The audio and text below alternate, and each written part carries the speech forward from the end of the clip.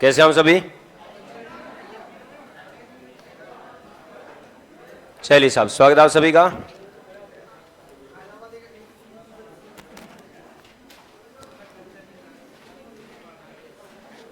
मेरे से पहले किसकी क्लास दी? ज्योग्राफी की इंग्लिश? हमारी तो इंग्लिश थी ना। शाम को इंग्लिश है। पहले मैं क्या पढ़ाऊं? मैं कोई पढ़ाने के लिए थोड़ी आता। हाँ जी, चलिए साहब, कैसे हैं हम सभी? क्या पढ़ रहे थे? साइकोलॉजी। गजब, बांडुरा के अनुसार है ना।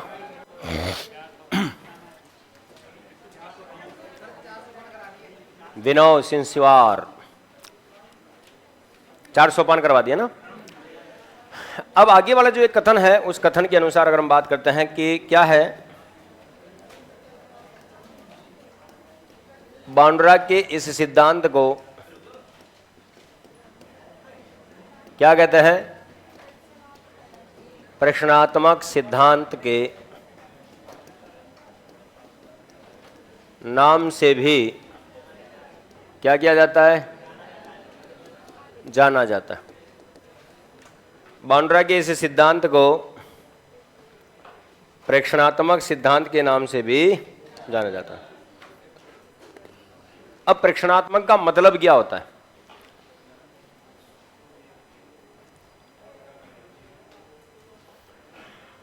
प्रेक्षणात्मक का सिंपल सा कथन ये याद रखना कि बांडुरा के अनुसार जब बालक बालिकाओं के समक्ष कुछ ऐसी परिस्थितियां उत्पन्न हो जाए कि बांडुरा के अनुसार जब बालक बालिकाओं के समक्ष कुछ ऐसी परिस्थितियां उत्पन्न हो जाए और बालक बालिकाओं को इस बात का ज्ञान न हो कि उन्हें करना क्या है, तो बालक अपने आसपास की परिस्थितियों का अवलोकन कर दूसरे लोगों के द्वारा किए जाने वाले कार्यों का अनुकरण करने लगता है। तो ऐसे व्यवहार को प्रेक्षणात्मक व्यवहार के नाम से जाना जाता है।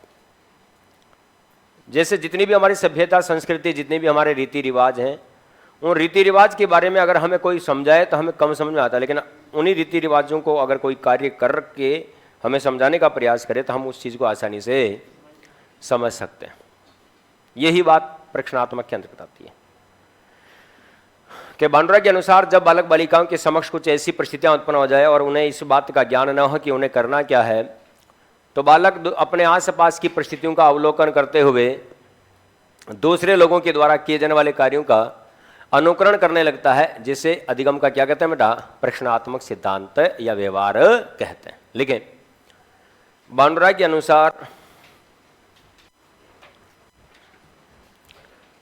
या बांडुरा के इस सिद्धांत को प्रश्नात्मक सिद्धांत के नाम से भी जाना जाता है।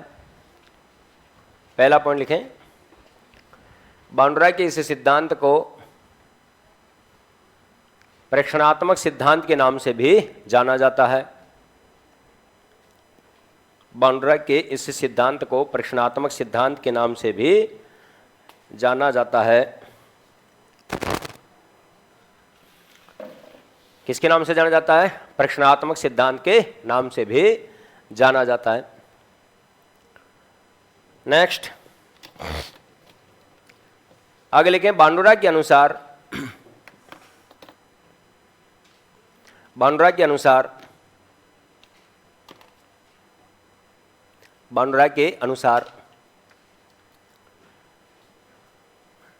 जब बालक बालिकाओं के समक्ष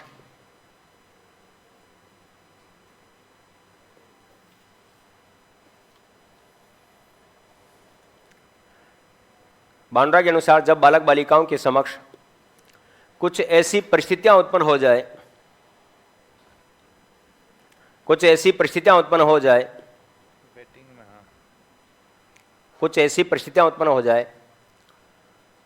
और उन्हें इस बात का ज्ञान न हो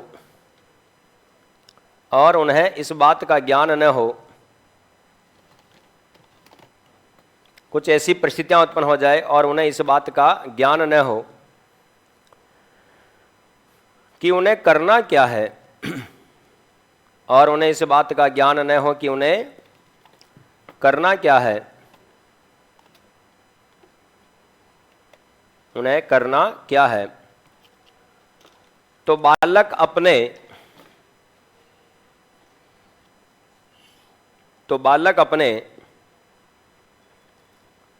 आसपास की परिस्थितियों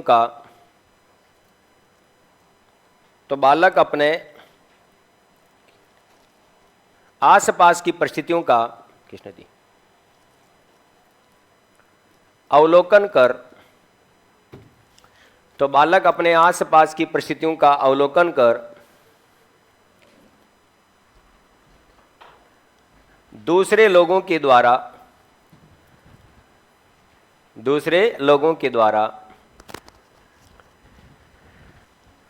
किए जाने वाले कार्यों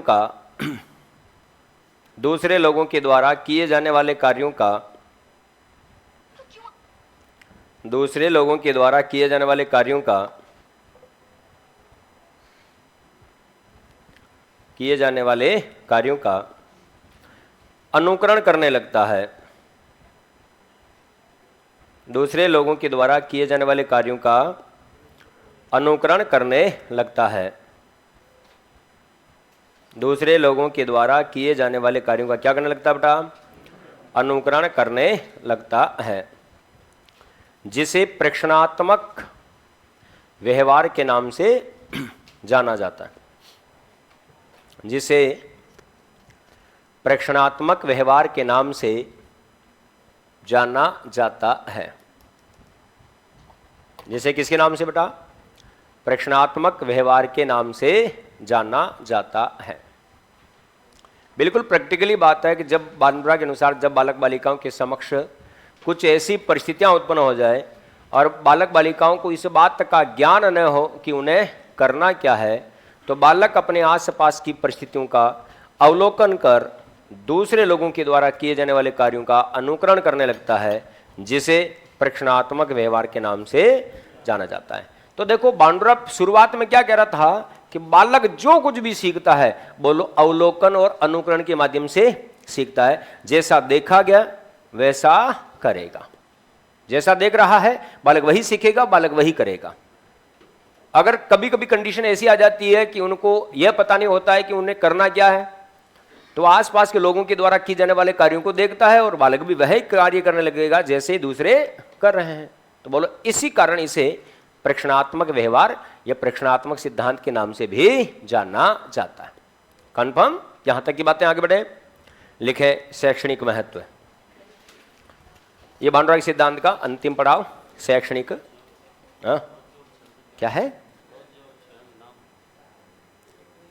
प्रोज्योक्षेम, ये भी इसी के नाम से है।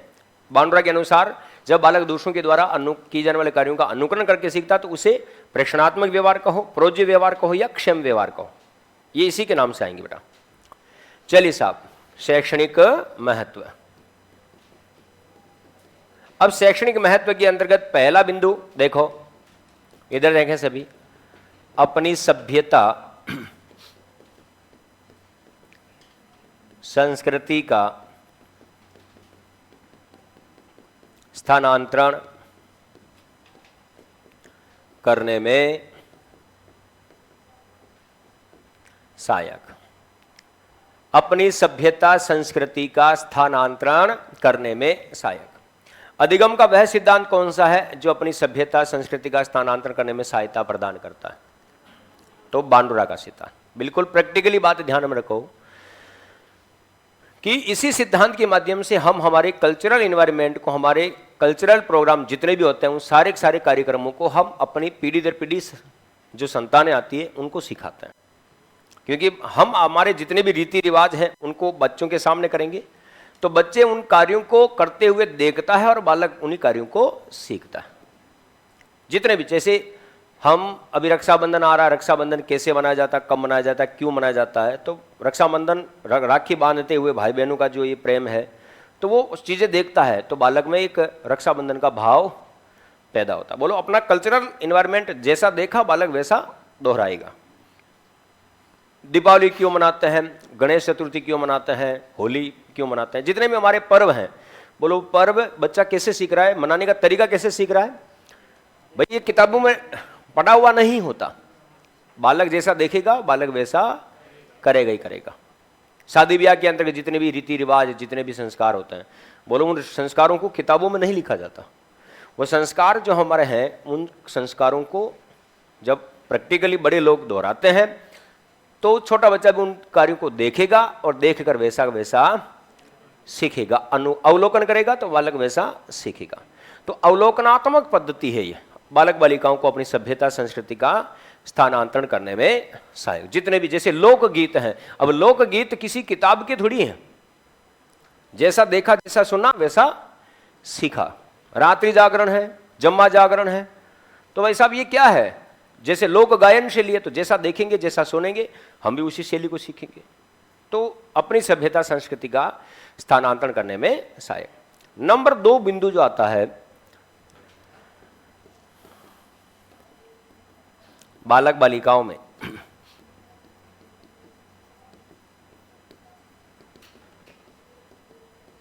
सामाजिक गुणों का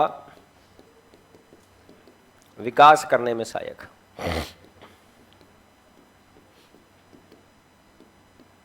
सामाजिक गुणों का विकास करने में सहायक मतलब समाज द्वारा मान्य व्यवहारों को स्वीकार किया जाता है और अमान्य व्यवहारों को छोड़ा जाता है, या समाज और परिवार के सदस्यों के द्वारा किए जाने वाले कार्यों को देखकर सीखना ही क्या कहलाता है? हमारा सामाजिक विकास कहलाता है। क्या कहलाता है? सामाजिक विकास कहलाता है। नंबर 3 पर अगर हम बात करते हैं तो नंबर 3 का बांड्रा के अनुसार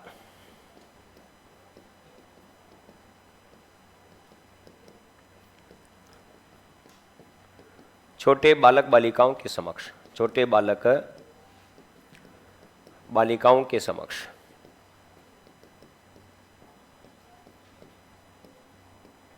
अनुचित शब्दों का प्रयोग नहीं किया जाना चाहिए, नहीं किया जाना चाहिए। क्योंकि छोटे बालक किसके माध्यम से? अनुकरण के माध्यम से सीखता है या सीखते। छोटे जो बच्चे होते हैं उनके सामने गलत शब्दों में, यहां पर बालक अनुकरण करता है, अनुसरण नहीं करता है। देखो अनुकरण और अनुसरण में अंतर होता है, ये याद रखना। अनुकरण और अनुसरण में क्या होता है बेटा? अंतर होता है। अनुसरण का मतलब होता है जैसा दिशा निर्देश दिया जाए बालक वैसा करे, और अनुकरण का मतलब होता है बालक जैसा देखेगा बालक वैसा करेगा। ठीक है, ये सारी बातें इसके अंतर्गत। बांड्रा के सिद्धांत के या बांड्रा का सिद्धांत किस किस विचारों से प्रेरित है? इसके ऊपर पर्टिकुलर किसी व्यक्ति विशेष का प्रभाव नहीं, इसमें संज्ञानवादी जितने भी कारक आए हैं उन सभी मनोवैज्ञानिकों का प्रभाव है। यह स्वयं विवेक से दिया हुआ सिद्धांत नहीं है, लेकिन अगर प्रैक्टिकली अगर आपको कभी समझने की जरूरत पड़े तो ये मौलिक सामाजिक सिद्धांत है। क्या है बेटा? मौलिक सामाजिक सिद्धांत है। बांड्रा ने सबके विचारों को समझा जरूर है, लेकिन किसी के विचारों को अपने सिद्धांत में लागू नहीं किया, ये याद करना। तो बालक बालिकाओं के, छोटे बालक बालिकाओं के समक्ष अनुचित शब्दों का प्रयोग नहीं किया जाना चाहिए, क्योंकि छोटे बच्चे जो होते हैं वो किसके माध्यम से सीखते हैं? अनुकरण के माध्यम से सीखते हैं। आप छोटे बच्चों के सामने अपशब्द बोलिए, ठीक है? छोटे बच्चों के सामने क्या करोगे? अपशब्द बोलोगे तो बच्चा भी अपशब्द ही बोलेगा। बड़ों की मजाक बनाई जाती है, जैसे आप कभी बैठे हुए थे, आपके परिवार का कोई छोटा बच्चा, आपके कोई दोस्त की मजाक बना रहे हैं। जैसे आपका कोई दोस्त है, उसको कह दिया है ना, गंदे गंदे गंदे गंदे, तू तो गंदा है। छोटे बच्चे ने सुन लिया, तो दूसरी बार जैसे ही वो आपका दोस्त आपके घर पे आएगा तो उसको देख के क्या कहे? गंदा है। मतलब उसने जैसा देखा जैसा सुना बालक वैसा कर रहा। तो ये याद करना कि अपशब्दों का प्रयोग नहीं करना चाहिए। बहुत सारे छोटे बच्चों को देखा होगा कि घर में जब मेहमान आते हैं तो चरण स्पर्श करते हैं, उनके संस्कार झलकते हैं। कुछ बच्चे ऐसे होते हैं जो पूछो ही मत, लंबी लंबी उनके सामने गालियां दे देते हैं, है ना। बीड़ी पीते हुए छोटे बच्चों को देखा होगा आपने, है ना, उनको कोई फर्क नहीं पड़ता, क्योंकि उनको उनके परिवार के सदस्य ऐसा करने के लिए उनको एनवायरमेंट ही वैसा दे रहे, तो बालक वही तो सीखेगा। मैंने आपको कहा था ना कि मेरे दादाजी बाहर चबूतरी पर बैठकर बीड़ी पीते थे, बिल्कुल पीते थे साहब, और मुझे कहते थे ले चूल्हे में से बीड़ी जला के ला, है ना। अब ऐसा मैं जैसे चूल्हे में से बीड़ी जलाता मुझे टेंशन हो जाती कि ये बुझ न जाए दादाजी तक जाते जाते, तो मैं घर के अंदर से बाहर आते आते 2-3 बार उसको हवा दे देता था, है ना। कैसे? तो भाई साहब दादाजी तक पहुंचते पहुंचते तो बीड़ी आधी रह जाती। लेकिन ये एक वातावरण का प्रभाव था, वो लत नहीं है मेरी, मैंने उस चीज को सीखा नहीं, तो ये याद रखना। फिर हम बात करते हैं कि वीर पुरुषों की जीवनियों का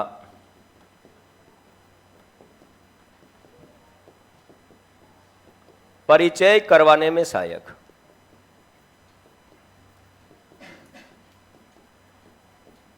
वीर पुरुषों की जीवनियों का परिचय करवाने में सहायक। ये सारे बिंदु आपको 4 बिंदु किसमें लिखना है? इसके शैक्षणिक महत्व में समझना है। लिखें इनको।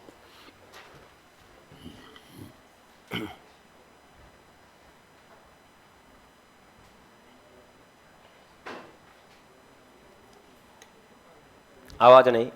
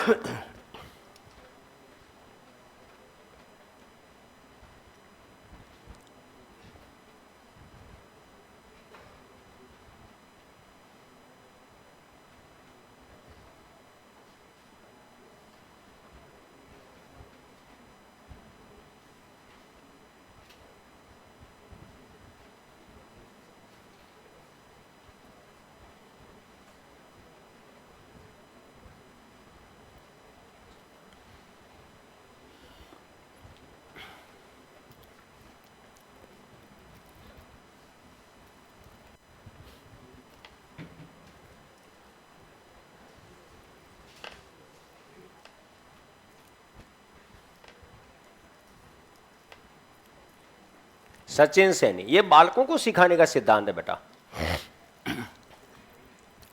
भाई बच्चा कैसे सीखेगा और बच्चा कैसे सीख रहा है, ये फॉर्मेट है। शिक्षकों के लिए इसका योगदान नहीं है।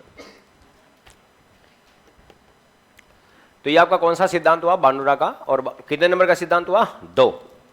भाई कौन सा सिद्धांत हुआ? ये 2 नंबर का सिद्धांत है संज्ञानवादियों में। नंबर 3 पर आ जाओ। नंबर 3,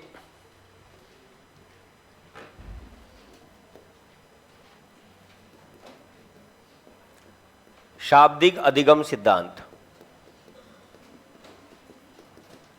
कौन सा? शाब्दिक अधिगम सिद्धांत। दोस्तों शाब्दिक अधिगम सिद्धांत के प्रतिपादक कौन है? डेविड आशुबेल। कौन है? डेविड आशुबेल। अब दोस्तों डेविड आशुबेल जो है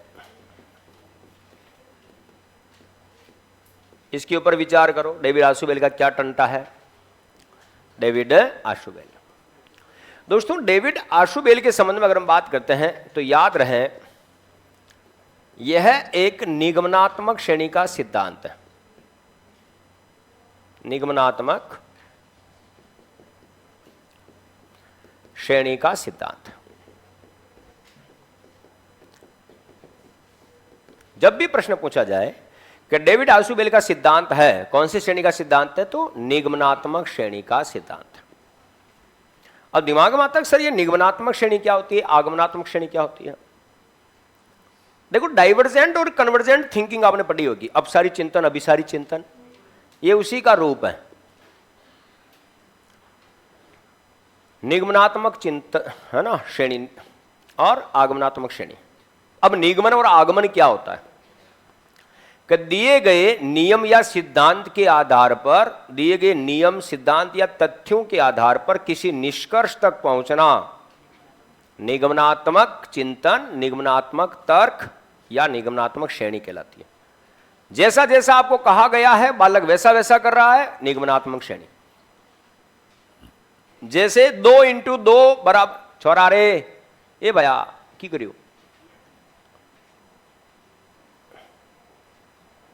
तो चिंता मत कर, चेहरा छोटा मत कर, मैं तुझे कुछ भी नहीं कहूंगा। तो मोटी मोटी क्लास में छोटी छोटी बातें होती रहती है। हाय आहा हो गया। चलिए साहब, तो देखें 2 × 2 बराबर 4 भाजक 2 बराबर 2। बोलो नियम तो यही है। बिल्कुल प्रैक्टिकली बात ध्यान रखना, दिए गए नियम या सिद्धांत के आधार पर किसी निष्कर्ष तक पहुंचना, बोलो कौन सा चिंतन कहलाता है, निगमनात्मक श्रेणी या निगमनात्मक चिंतन कहलाता है।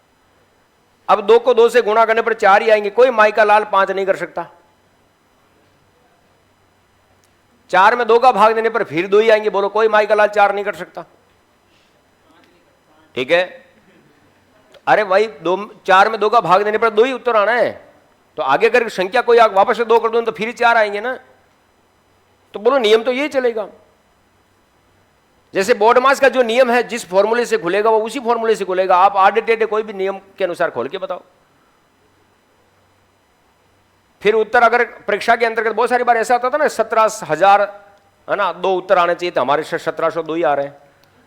फिर हमारे में सोचते हैं टीचर की नजर ही नहीं पड़ेगी इस पे, 0 लिखा ही नहीं मैंने। ये हम सोचते हैं, लेकिन टीचर गधा नहीं है। तो दिए गए नियम के आधार पर, नाम बोल बिट्टू, नहीं है क्या नाम है बेटा, है मनोज, मनोज बिट्टू, क्या बिट्टू मनोज, बिट्टू मनोज। तो बिट्टू मनोज एक इंसान है, समझ रहे कि बिट्टू मनोज एक इंसान है और सभी इंसान मरणशील है। मरणशील, सभी को मरना है। कि बिट्टू एक इंसान है और सभी इंसान क्या है, मरणशील है। अतः बिट्टू भी मरणशील है। पहाड़ पर धुआं है, अतः वहां आग होगी, क्योंकि जहां जहां धुआं होता है वहां वहां आग होती है। बोलो नियम तो यही है ना। तो दिए गए नियमों एवं सिद्धांतों के आधार पर किसी निष्कर्ष तक पहुंचना, ये कई दुकानदारी चला हुआ है। बैग ले रहा था, रहने दे उसको, वहीं रहने दे, तेरा क्या ले लिया बैग ने। तो दिए गए नियम या सिद्धांतों या तथ्यों के आधार पर किसी निष्कर्ष तक पहुंचना, बोलो कौन सा चिंतन कहलाता है बेटा, निगमनात्मक चिंतन या निगमनात्मक श्रेणी कहलाती है। और दिए गए नियमों एवं सिद्धांतों में, दिए गए नियमों सिद्धांतों या तथ्यों में अपनी ओर से कुछ नया जोड़कर किसी निष्कर्ष तक पहुंचना आगमनात्मक चिंतन या श्रेणी कहलाती है। कौन सा बेटा, आगमनात्मक चिंतन या श्रेणी कहलाती है। जैसे विद्यालय पर निबंध लिखना। जितने भी साथी यहां पर बैठे हुए हैं, अगर आप सभी में से अगर मैं यूं कह दूं आप सभी विद्यालय पर निबंध लिखो, क्या आप सभी का निबंध एक जैसा होगा? किसी का निबंध एक जैसा नहीं हो सकता। इसका मतलब दिए गए, मेरा बिंदु क्या था, विद्यालय पर निबंध, लेकिन उस निबंध को लिखने में हर व्यक्ति ने अपनी तरफ से नया ही जोड़ा है। लेकिन अगर कक्षा में यूं कह दूंगा आप 2 को 2 से गुणा करो तो बोलो हर बच्चे का क्या आएगा, 4 उत्तर। जब निष्कर्ष एक हो तो निगमनात्मक, जब उत्तर या निष्कर्ष अनेक हो, ठीक है, तो वो आगमनात्मक। तो ये नियमों पर चलता है। और नियमों पर चलता क्यों चलता है, तो याद रखना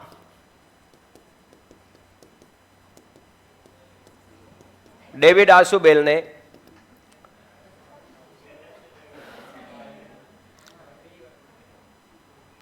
मस्तिष्क का कोना कोना ज्ञान से रिक्त था, हृदय का कतरा कतरा भाव से रहित था। नमन कोटि कोटि गुरुवर आपको मुझे ज्ञान भाव से युक्त कर सार्थक उत्पत्ति बनाया।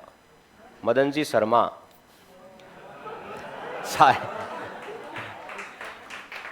ये मेरा जूता मुझ पे ही मारा गया, क्या तालियां बजा रहे हो? नीचे भेजने वाला मदन शर्मा ही है। राज गुजर, धन्यवाद भाई, बहुत अच्छा लिखा। तो देखें, गरिमा में रहो। डेविड आशुबेल ने अधिगम के 4 प्रकार बताए। याद रखना, जब भी आपसे प्रश्न पूछा जाए कि डेविड आशुबेल का यह सिद्धांत निगमनात्मक श्रेणी का सिद्धांत है, साथ ही याद रखना डेविड आशुबेल ने अधिगम के कितने प्रकार बताए, 4 प्रकार बताए। और ये 4 प्रकार निश्चित नियमों पर चलते हैं, इसलिए ये निगमनात्मक श्रेणी का हो गया। अब डेविड आशुबेल ने अधिगम के जो 4 प्रकार बताए, वो सबसे पहला बताया अभिग्रहण करके सीखना।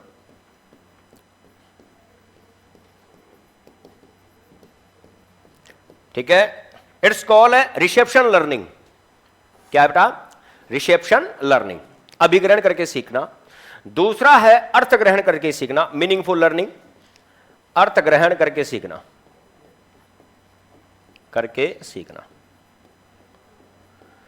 तीसरा बताया रेट लर्निंग, रट कर सीखना,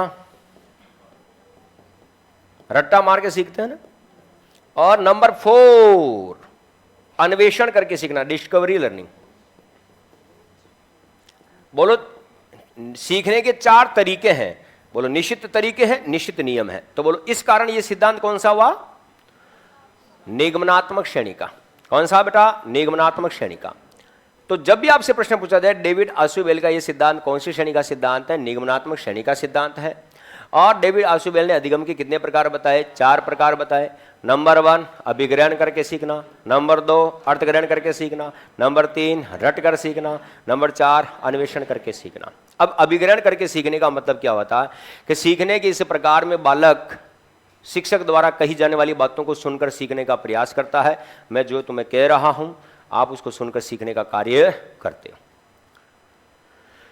कक्षा शिक्षण के दौरान सीखने की इस प्रकार का विशेष महत्व है या विशेष उपयोग किया जाता है, विशेष प्रयोग किया जाता है। अभिग्रहण करके सीखने का प्रयोग कक्षा शिक्षण के दौरान सबसे महत्वपूर्ण रूप से किया जाता है, क्योंकि कक्षा शिक्षण के दौरान शिक्षक के द्वारा अपनी विषय वस्तु को बालक बालिकाओं के सामने जब प्रस्तुत किया जाता है तो व्याख्या करके ही प्रस्तुत किया जाता है, और शिक्षक के द्वारा की जाने वाली व्याख्या को बालक सुनकर सीखने का प्रयास करता है।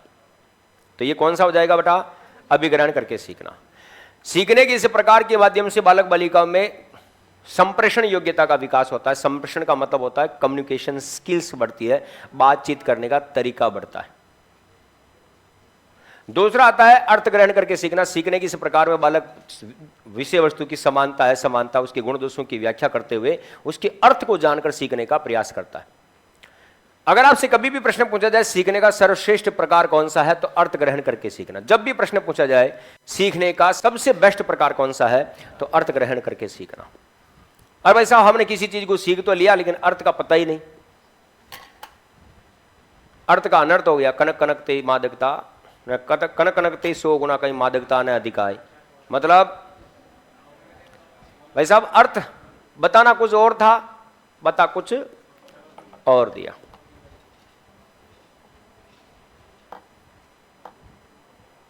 तो सबसे बेस्ट प्रकार यही अर्थ ग्रहण करके सीखना।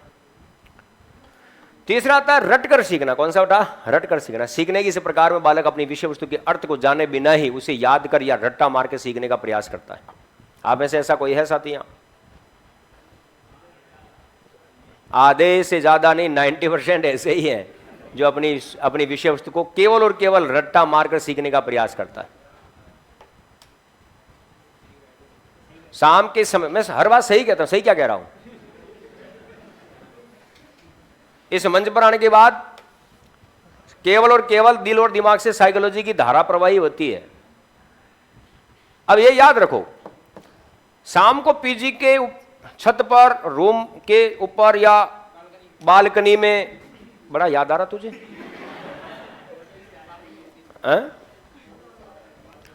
तो किताब लेकर हम इधर उधर घूमते हुए पढ़ते हैं, कोई भी चीज याद करते हैं, व्यवहार व्यवहार व्यवहार व्यवहार व्यवहार द्वारा व्यवहार में परिवर्तन अधिगम मिलाता है, व्यवहार व्यवहार व्यवहार अधिगम गिलिफोर गिलिफोर गिलिफोर गिलिफोर गिलिफोर। और उधर से कोई अगर क्लासमेट या कोई भी लड़की अगर पास साथ में पढ़ती, उसकी वो नजर आ गई, अच्छा तू क्या पढ़ रही है? ज्योग्राफी। मैं तो हिस्ट्री पढ़ रही हूँ यार, हिस्ट्री तो समझ में नहीं आती है, और मनोविज्ञान का तो तुम पूछ ही मत, है ना, समझ में नहीं आता है। और वो मास्टर आता ना साइको, जो नहीं क्या पढ़ा के जाता वही पता नहीं, है ना, समझ में नहीं आता है, बाई गॉड, है ना।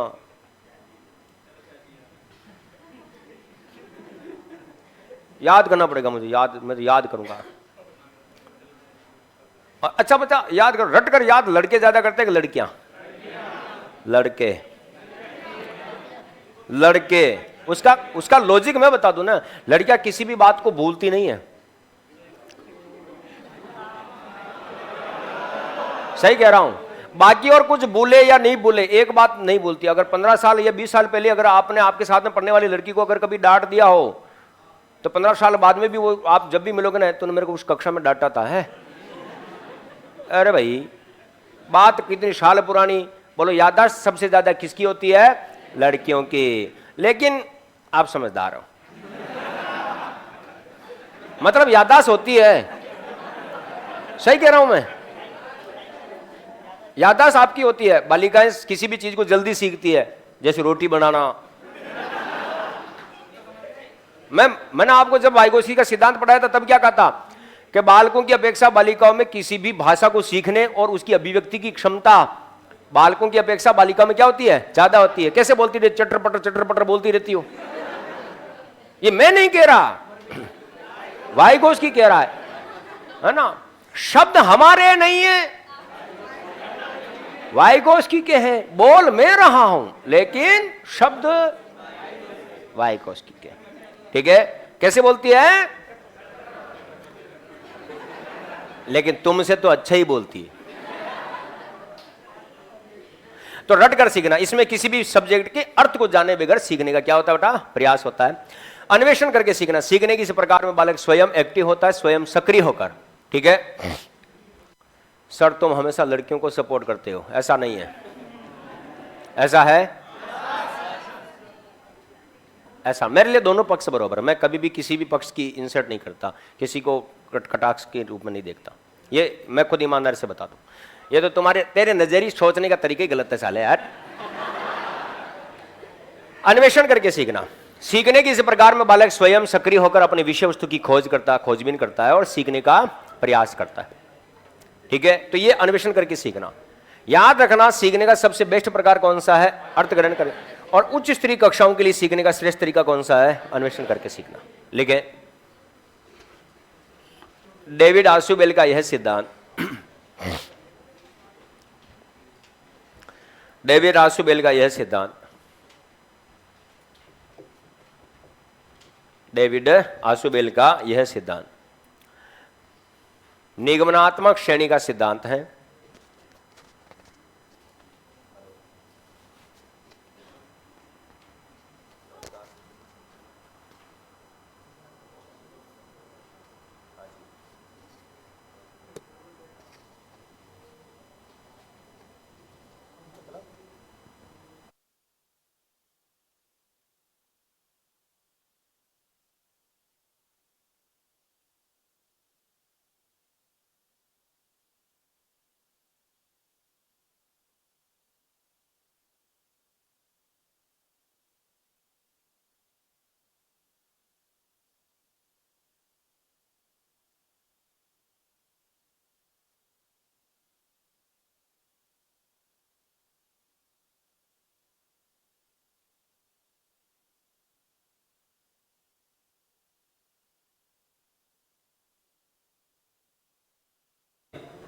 तो देखें, अधिगम का यह सिद्धांत या डेविड आसुबेल का यह सिद्धांत कौन सी श्रेणी का सिद्धांत है? निगमनात्मक श्रेणी का सिद्धांत। लिखें, डेविड आसुबेल ने अधिगम के 4 प्रकार बताए। डेविड आसुबेल ने अधिगम के कितने प्रकार बताए बेटा? 4 प्रकार बताए। डेविड आसुबेल ने अधिगम के 4 प्रकार बताए। पहला कौन सा? अभिग्रहण करके सीखना। कौन सा? अभिग्रहण करके सीखना। पहला लिखे, अभिग्रहण करके सीखना।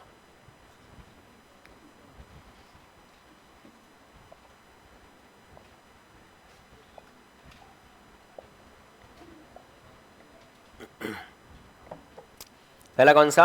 अभिग्रहण करके सीखना। अभिग्रहण करने का टर्मिनोलॉजी याद करना, रिसेप्शन लर्निंग कहते हैं इसको। लेकिन सीखने के इस प्रकार में बालक सीखने के इस प्रकार में बालक सीखने के इस प्रकार में बालक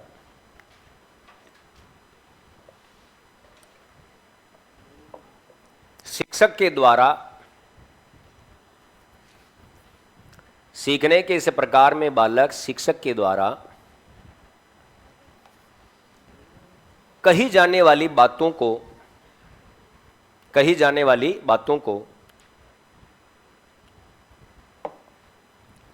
शिक्षक के द्वारा कही जाने वाली बातों को सुनकर सीखने का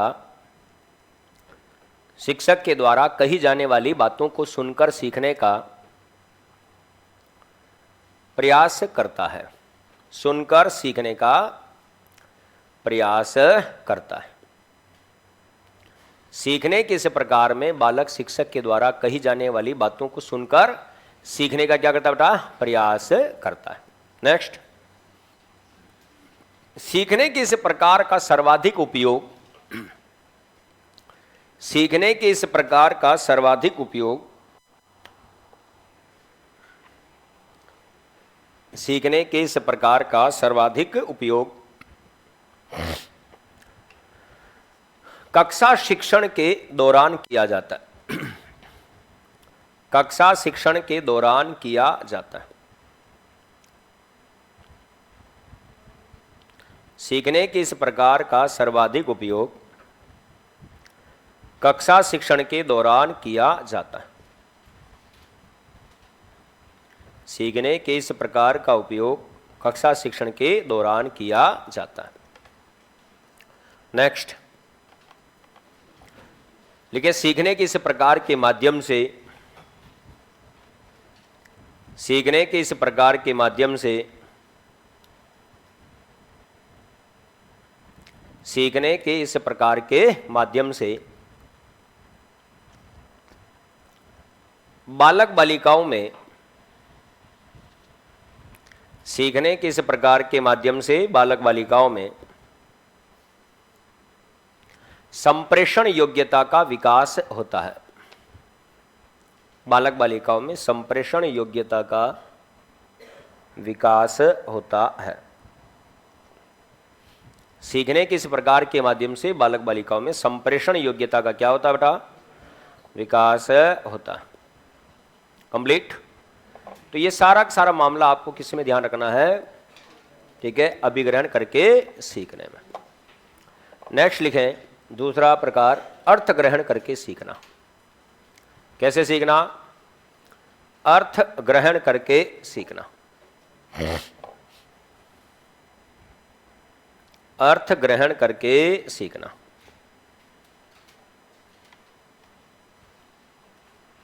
अर्थ ग्रहण करके सीखने में क्या है दोस्तों कि सीखने के इस प्रकार में बालक प्रत्येक विषय वस्तु में समानता असमानता तथा उसके गुण दोषों को समझते हुए उसके अर्थ को जानकर सीखने का प्रयास करता है। लेकिन सीखने के इस प्रकार में बालक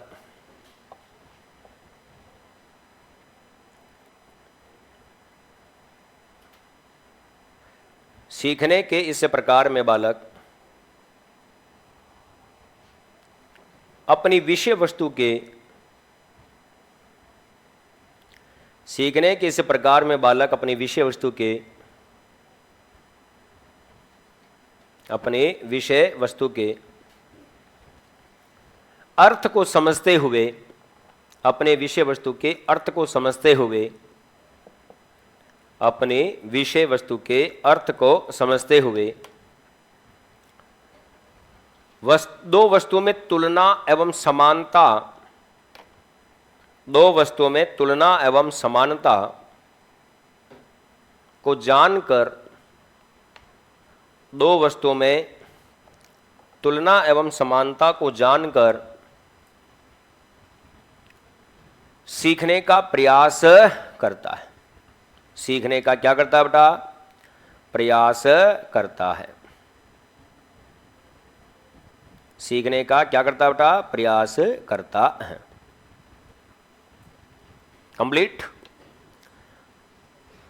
याद रखना, सीखने के इस प्रकार को सीखने का सर्वश्रेष्ठ प्रकार माना जाता है, लेकिन सीखने के इस भाग को, सीखने के इस भाग को या प्रकार को, सीखने के इस भाग या प्रकार को सीखने का सर्वश्रेष्ठ प्रकार माना जाता है। सीखने के इस प्रकार को सीखने का सर्वश्रेष्ठ प्रकार माना जाता है। सीखने के इस प्रकार को सीखने का क्या माना जाता है बेटा? सर्वश्रेष्ठ प्रकार माना जाता है। मतलब जब बालक प्रत्येक चीज को जान रहा है, समझ रहा है, दो वस्तु में समानता है, समानता ही कर रहा है, तुलनाएं कर रहा है, तो सीखने का यह प्रकार क्या कहलाता है बेटा? सर्वश्रेष्ठ प्रकार माना जाता है। कंप्लीट। नेक्स्ट कौन सा आता है? हमारा सबसे प्यारा प्रकार, रट कर सीखना, रट्टा मार। ठीक है, लेकिन रट कर सीखना, रट कर सीखना। क्या सीखना बेटा? रट कर सीखना। अब रट कर सीखने के संबंध में क्या होता है कि सीखने के इस प्रकार में बालक अपनी विषय वस्तु के अर्थ को जाने बिना ही उसे रट कर या याद करके सीखने का प्रयास करता है। हाथ खड़ा करना जो रट्टा मार के लिख लिख कर याद करता है। इधर तो सारे टैलेंटेड, किसी का हाथ खड़ा नहीं। चलिए साहब, अच्छा है, अच्छा है। कैसे भी सीखो, लेकिन हमें सेलेक्ट होना है, सीधी बात है। मैंने आपको कक्षा की पहले दिन भी क्या कहा था कि तरीका कोई सा भी हो, लेटे लेटे के बैठे बैठे बातें समझ में आनी चाहिए। लेकिन सीखने के इस प्रकार में बालक, सीखने के इस प्रकार में बालक अपनी विषय वस्तु के, सीखने के इस प्रकार में बालक अपनी विषय वस्तु के, सीखने के इस प्रकार में बालक अपनी विषय वस्तु के अर्थ को, अपने विषय वस्तु के अर्थ को समझे या जाने बिना ही, समझे या जाने बिना ही, अपनी विषय वस्तु के अर्थ को समझे या जाने बिना ही उसे रट कर या याद करके सीखता है। उसे रट कर या याद करके सीखता है। उसे रट कर या याद करके सीखता है। कंप्लीट।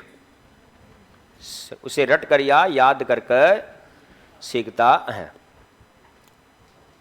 लेकिन सीखने का यह प्रकार सबसे निम्न स्तरीय प्रकार माना जाता है। सीखने का यह प्रकार सबसे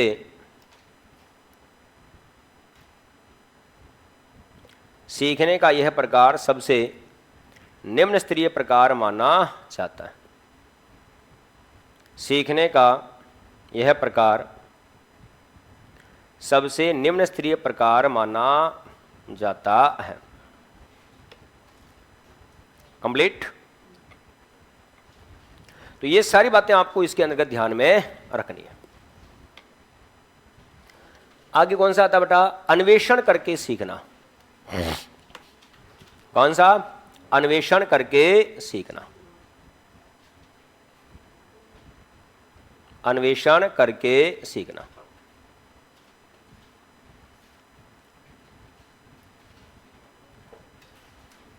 अन्वेषण करके सीखना। अब दोस्तों अन्वेषण करके सीखने का जो मतलब है वो क्या होता है कि सीखने के इस प्रकार में बालक स्वयं सक्रिय होकर अपनी विषय वस्तु की खोजबीन करते हुए सीखने का प्रयास करता है। ठीक है, लिखे सीखने के इस प्रकार में बालक सीखने के इस प्रकार में बालक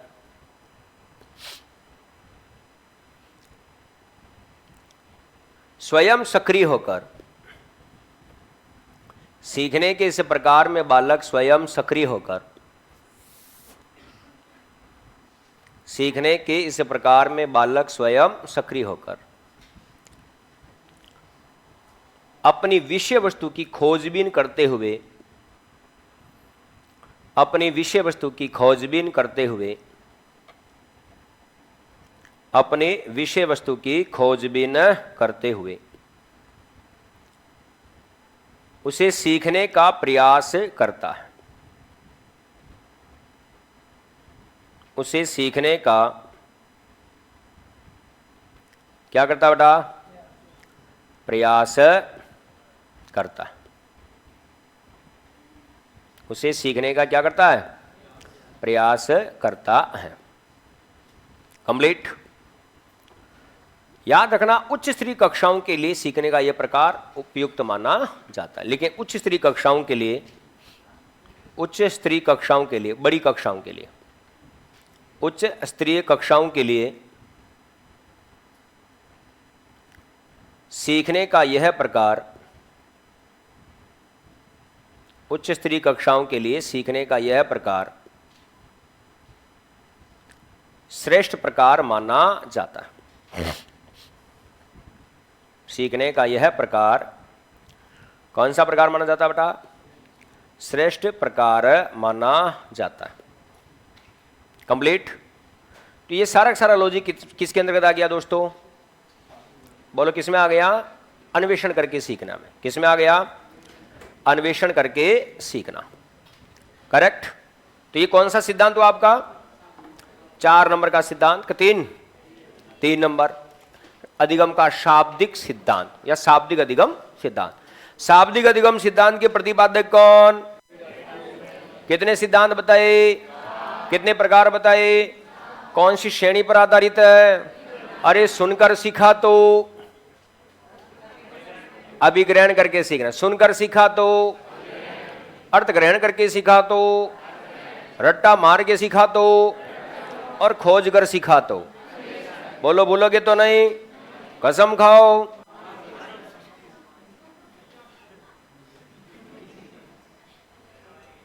नंबर 4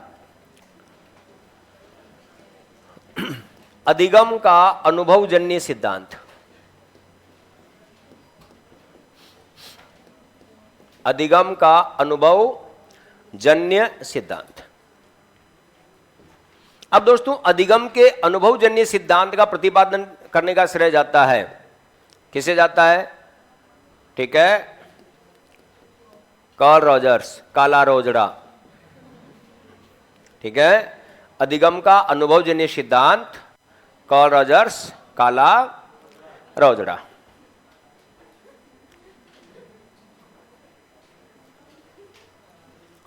रोजड़े को अंग्रेजी में क्या कहते हैं? रोजर्स। यही होता है। तो देखें अधिगम का अनुभवजन्य सिद्धांत, बाकी कचरे को छोड़ो। पहला शब्द क्या है?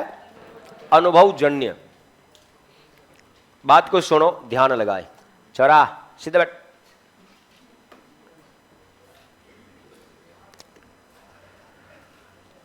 कार्ल रॉजर्स के अनुसार बालक बालिकाओं को उनकी विषय वस्तु उनके प्रत्यक्ष अनुभव पर निरूपित करके सिखाई जानी चाहिए।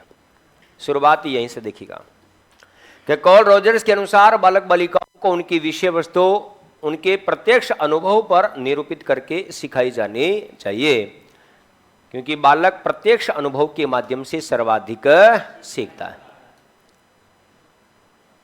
सीखने की प्रक्रिया में शिक्षक क्या और कैसे सिखाना चाहता है यह महत्वपूर्ण नहीं होता। सीखने की प्रक्रिया में बालक क्या और कैसे सीखना चाहता है यह महत्वपूर्ण होता है। देखो अपनी भाषा में बात करूं तो कोल रोजर्स का यह सिद्धांत यह कहता है कि बालक बालिकाओं को उनकी विषय वस्तु बालक बालिकाओं के निजी अनुभवों पर आधारित करके सिखाई जानी चाहिए, क्योंकि बालक अगर किसी भी विषय वस्तु को अपने अनुभवों पर निरूपित करके सीखेगा तो उसका सीखना बेस्ट होता है। देखो, किताबी ज्ञान आपको बहुत मिलेगा, लेकिन निजी अनुभवों पर अगर हम किसी चीज को सीखने का प्रयास करते हैं तो हम आसानी से सीख जाते हैं, क्योंकि वो हमारी पर्सनल लाइफ से जुड़ जाता है।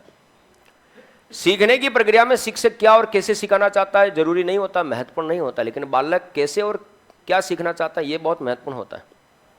एक क्लास में मास्टर आता है, कहता है कि आज मैं तुम्हें ये पढ़ाऊंगा। अरे भाई, तू तो पढ़ाएगा लेकिन हम नहीं पढ़ना चाहते।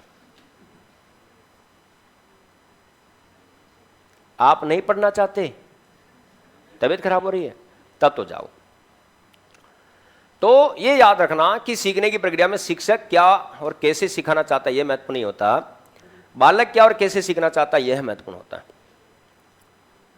अतः कोल रोजर्स के अनुसार बालक बालिकाओं को उनकी विषय वस्तु परंपरागत विधियों के स्थान पर नवीन शिक्षण विधियों के माध्यम से सिखाई जानी चाहिए। मतलब बाबा आदम के जमाने से जो तरीके चलते आ रहे हैं ना पढ़ाने के, उनके स्थान पर नई टेक्नोलॉजी, नवाचार, है ना, हंसी मजाक या अलग अलग विधियों का प्रयोग करके सिखाया जाना चाहिए, जिससे बालक बोरियत भी महसूस नहीं करे और सब्जेक्ट को भी आसानी से सीख जाए। जैसे परंपरागत विधियों के स्थान पर नवीन विधियों का प्रयोग करना, व्याख्यान विधि के स्थान पर भ्रमण विधि का प्रयोग करना। अब ये व्याख्यान विधि बहुत प्राचीन समय से चली आ रही है। गुरुजी अपनी जगह खड़े हो जाए और बोलना शुरू करें, जब तक गुरुजी बोलना बंद नहीं करे तब तक सुनते रहो, और सुनते सुनते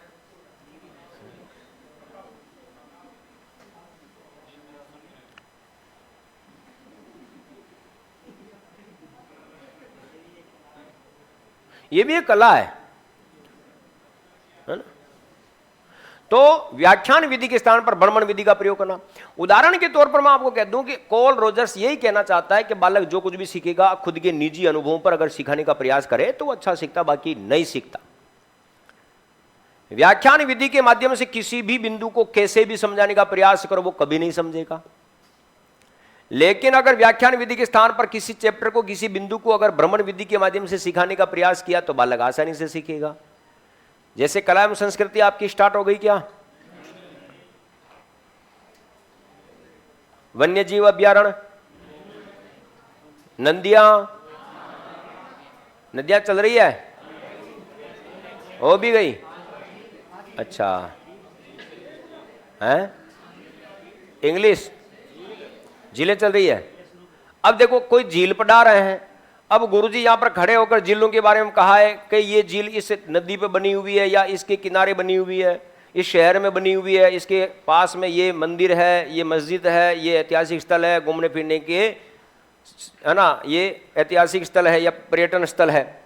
अरे भाई साहब, उस झील के बारे में उसका निर्माण किसने करवाया, क्यों करवाया, किसके समय काल में हुआ, खारे पानी की है, मीठे पानी की है, मोटी है, छोटी है, ये सारी बातें कहने से पता नहीं चलती, वहां पर ले जाओ,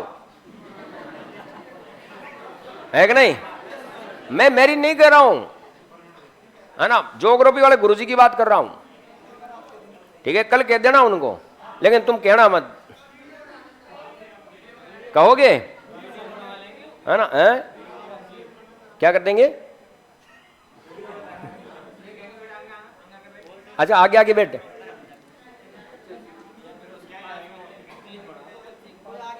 क्लिप बना लो। किसकी? अच्छा, ये बनवा देते हैं यूं, चलो छोड़ो। मतलब किसी भी चीज को अगर हम वहां पर प्रैक्टिकली देखकर समझे तो सीखना ज्यादा होता है। जैसे हम इतिहास के अंतर्गत बात करें या कला संस्कृति में बात करें, जैसे किसी दुर्ग के बारे में आपको कोई गुरुजी पढ़ा रहे हो कि चित्तौड़गढ़ के दुर्ग का निर्माण इन राजा ने करवाया और इसके ऊपर ये राजा अधिकार हैं। चित्तौड़ की राजधानी, सबसे पहले चित्तौड़ को अपनी राजधानी बनाने का काम सबसे पहले किसने किया था? जैत्र सिंह ने, अल्लट ने,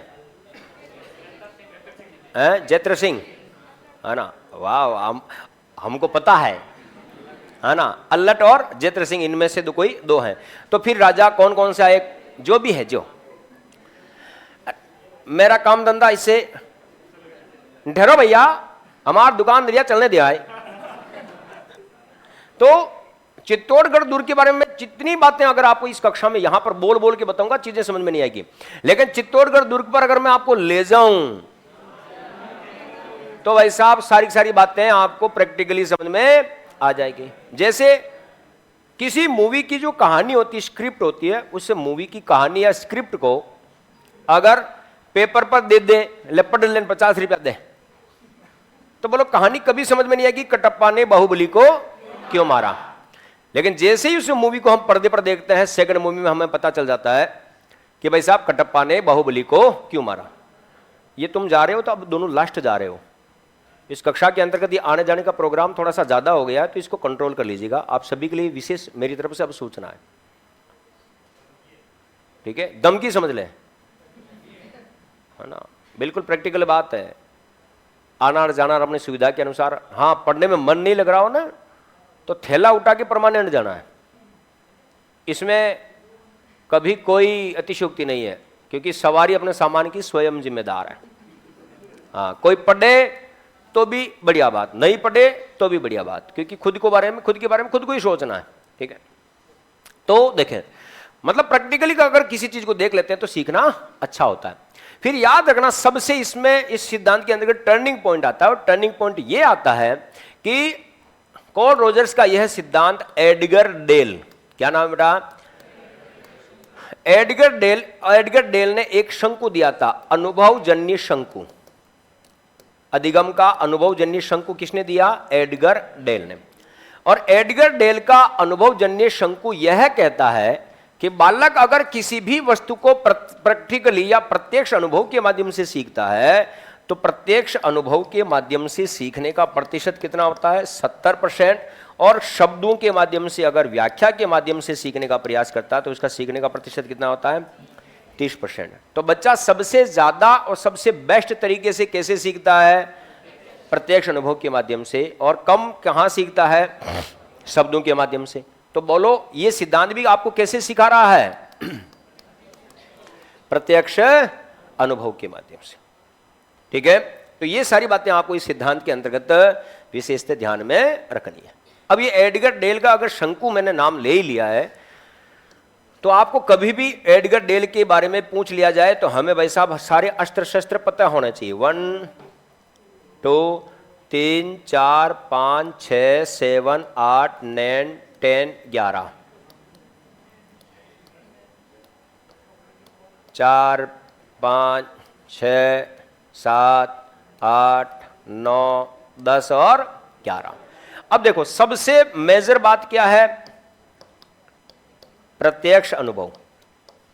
हम किसी भी चीज को अगर सामने देखते हैं तो सीखना ज्यादा होगा, और सीखने का प्रतिशत कितना होगा? 70%। कितना होगा बेटा? 70%। फिर थोड़ा बहुत अगर हमारे कृत्रिम अनुभव, क्या है बेटा? कृत्रिम अनुभव, अगर वैसा ही सीन हमें वापस दिखाया जाए, ठीक है, जैसे किसी प्रकार की कोई घटना घटित हुई और उस समय आप वहीं पर मौजूद थे, तो आपका सीखना 100% है। लेकिन घटना घटित होने के बाद पुलिस आती है, फिर वैसी घटना वापस रिप्ले करती है, इसका मतलब थोड़ा बहुत अंतर आएगा। फिर आता है उसी घटना को आप नाटक के माध्यम से देखो, ठीक है? किसके माध्यम से? नाटक, ठीक है? किसके माध्यम से बेटा? नाटक। फिर आता है प्रदर्शन। क्या आता है बेटा?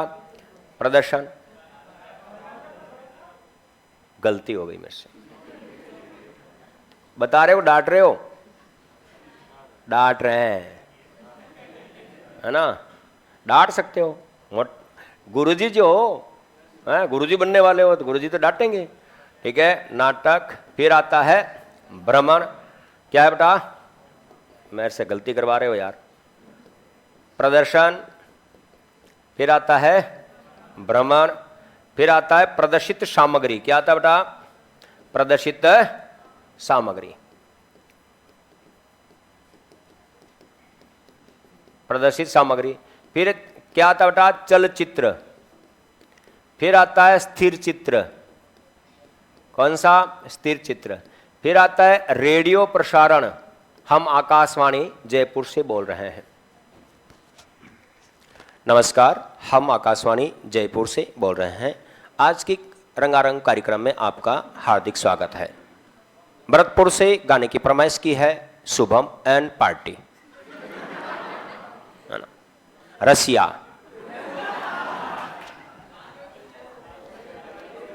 है ना। तो रेडियो प्रसारण, फिर आता है दृश्य प्रतीक। क्या है बेटा? दृश्य प्रतीक। और एट लास्ट आता है शब्द प्रतीक। क्या है? शब्द प्रतीक। अब देखो, एडगर डेल के अनुभवजन्य शंकु के अंतर्गत आपको 11 स्टेप्स ध्यान में रखनी है। क्रम ध्यान में रहे नहीं रहे कोई बात नहीं, लेकिन 11 स्टेप ध्यान रखना। नाम ध्यान में रख लेना, क्रम भली भूल जाओ। ये फर्स्ट वाला ध्यान में रख लो, लास्ट वाला ध्यान में रख लो। टॉप और बॉटम दोनों चीजें ध्यान रखना। यहां पर अगर प्रत्यक्ष अनुभव के माध्यम से बच्चा सीख रहा है, बोलो कितना सीख रहा है? 70%। और शब्दों के माध्यम से सीख रहा है। देखो, गुरुजी अगर किसी भी प्रकार की बात को अगर प्रैक्टिकली अभिनय करके सिखाए तो सीखना ज्यादा ही होता है, या पर्दे पर दिखा दे तो सीखना ज्यादा होता है। लेकिन उसी बात को अगर शब्दों में बोले तो वैसा सीखना कम होता है। तो ये बात अनुभव के आधार पर सीखने की बात हो रही है। अब देखो, यहां पर सीखना ज्यादा हो रहा है, यहां पर सीखना कम हो रहा है। तो एक बात आप हमेशा ध्यान रखना, एडगर डेल का अधिगम, ये अनुभवजन्य जो शंकु है, ये कैसे चलता है बेटा? अधिक प्रभावी से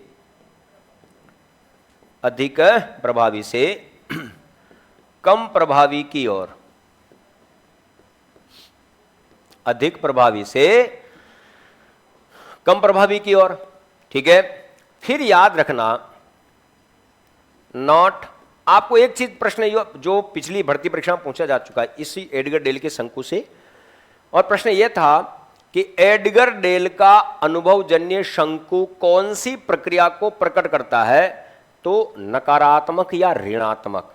क्योंकि बोलो स्टेप ऊपर बढ़ रही है, जैसे जैसे बॉटम से टॉप की तरफ चलते हैं, बोलो सीखने की दर की मात्रा में क्या आ रही है? कमी।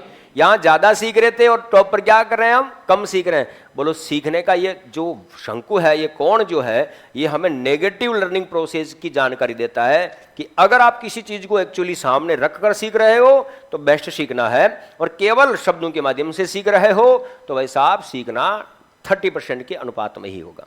ठीक है। तो ये याद करना, डेल का यह अनुभवजन्य शंकु नकारात्मक या ऋणात्मक अधिगम प्रक्रिया को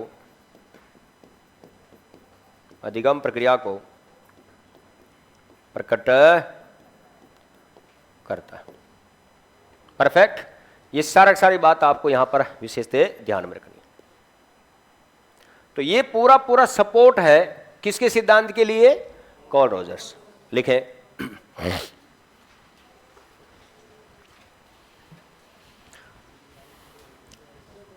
कार्ल रॉजर्स के अनुसार बालक बालिकाओं को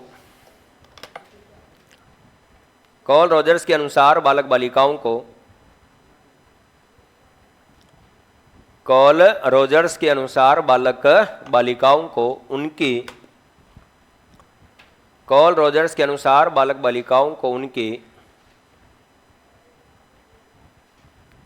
विषय वस्तु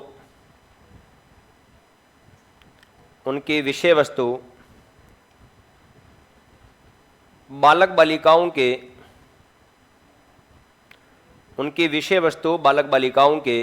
के प्रत्यक्ष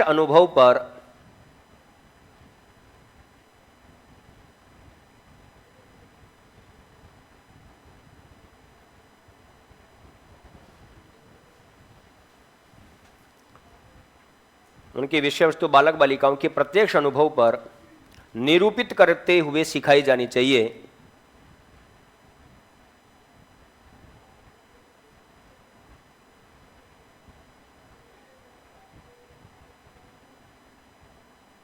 निरूपित करते हुए सिखाई जानी चाहिए।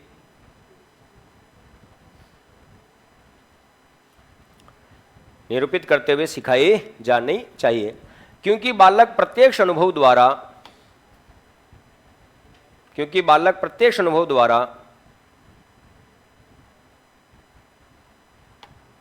सर्वाधिक सीखता है।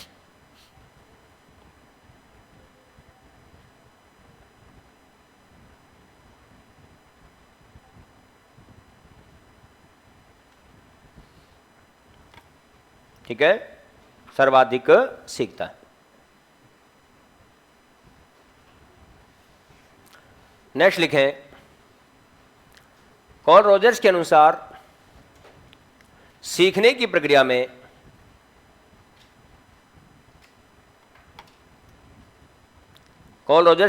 सीखने की प्रक्रिया में शिक्षक क्या और कैसे सिखाना चाहता है।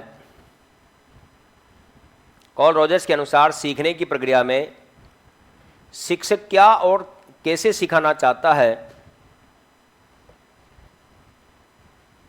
यह महत्वपूर्ण नहीं होता। यह महत्वपूर्ण नहीं होता। कॉल रॉजर्स के अनुसार सीखने की प्रक्रिया में शिक्षक क्या और कैसे सिखाना चाहता है, यह महत्वपूर्ण नहीं होता। यह महत्वपूर्ण नहीं होता, बल्कि बालक क्या और कैसे सीखना चाहता है, बल्कि बालक क्या और कैसे सीखना चाहता है, यह महत्वपूर्ण होता है। यह महत्वपूर्ण होता है। यह महत्वपूर्ण होता है। कंप्लीट। नेक्स्ट लिखना, अतः शिक्षक द्वारा बालक बालिकाओं को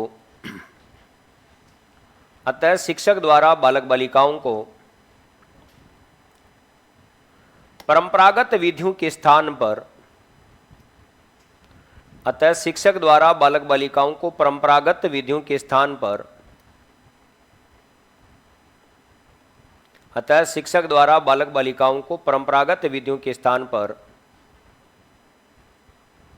परंपरागत विधियों के स्थान पर नवीन शिक्षण विधियों द्वारा सिखाया जाना चाहिए।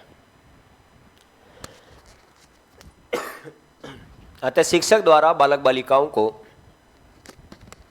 परंपरागत विधियों के स्थान पर नवीन शिक्षण विधियों के द्वारा सिखाया जाना चाहिए। कंप्लीट। ये बातें आपको ध्यान रखना है, नवीन शिक्षण विधियों के माध्यम से सिखाया जाना चाहिए। जैसे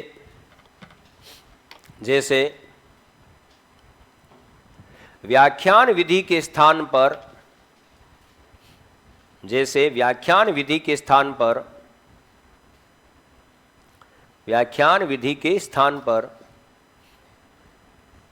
भ्रमण विधि के माध्यम से सिखाना। व्याख्यान विधि के स्थान पर भ्रमण विधि के माध्यम से सिखाना। व्याख्यान विधि के स्थान पर भ्रमण विधि के माध्यम से सिखाना। अब सबसे मेजर बात एक और आती है, याद रखना कि कॉल रॉजर्स का यह सिद्धांत एडगर डेल के अनुभवजन्य शंकु का समर्थन करता है। लिखें, कॉल रॉजर्स का यह सिद्धांत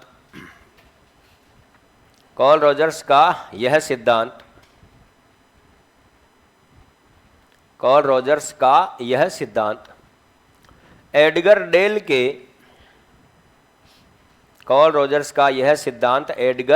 के अनुभवजन्य शंकु का समर्थन करता है। कॉल रॉजर्स का यह सिद्धांत एडगर डेल के अनुभवजन्य शंकु का क्या करता है बेटा? समर्थन करता है। कॉल रॉजर्स का यह सिद्धांत एडगर डेल के अनुभवजन्य शंकु का क्या करता है? समर्थन करता है। क्योंकि एडगर डेल के अनुभवजन्य शंकु के अनुसार भी बालक प्रत्यक्ष अनुभव के माध्यम से सर्वाधिक सीखता है, जिसका सीखने का प्रतिशत 70% और शब्दों के माध्यम से सीखने का प्रतिशत 30% होता है। ठीक है, एडगर डेल के अनुभवजन्य शंकु का समर्थन करता है क्योंकि डेल के अनुभवजन्य शंकु के अनुसार भी, क्योंकि डेल के अनुभवजन्य शंकु के अनुसार भी, डेल के अनुभवजन्य शंकु के अनुसार भी, डेल के अनुभवजन्य शंकु के अनुसार भी बालक प्रत्यक्ष अनुभव द्वारा सर्वाधिक सीखता है। बालक प्रत्यक्ष अनुभव द्वारा सर्वाधिक सीखता है। बालक प्रत्यक्ष अनुभव द्वारा सर्वाधिक सीखता है। सर्वाधिक सीखता है। जिसके सीखने का प्रतिशत, जिसके सीखने का प्रतिशत, जिसके सीखने का प्रतिशत 70% होता है, जिसके सीखने का प्रतिशत 70% होता है, एवं शब्दों के माध्यम से सीखने का प्रतिशत, एवं शब्दों के माध्यम से सीखने का प्रतिशत, शब्दों के माध्यम से सीखने का प्रतिशत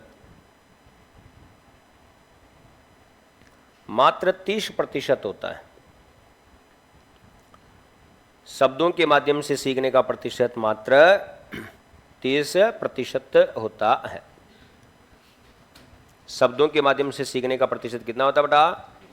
मात्र 30% होता है। तो ये सारी की सारी बातें किसके संबंध में देखने को मिलेगी बेटा? एडगर डेल के अनुभवजन्य शंकु के अनुसार। जैसे जैसे मनो फॉर्मेट जैसे लगाकर,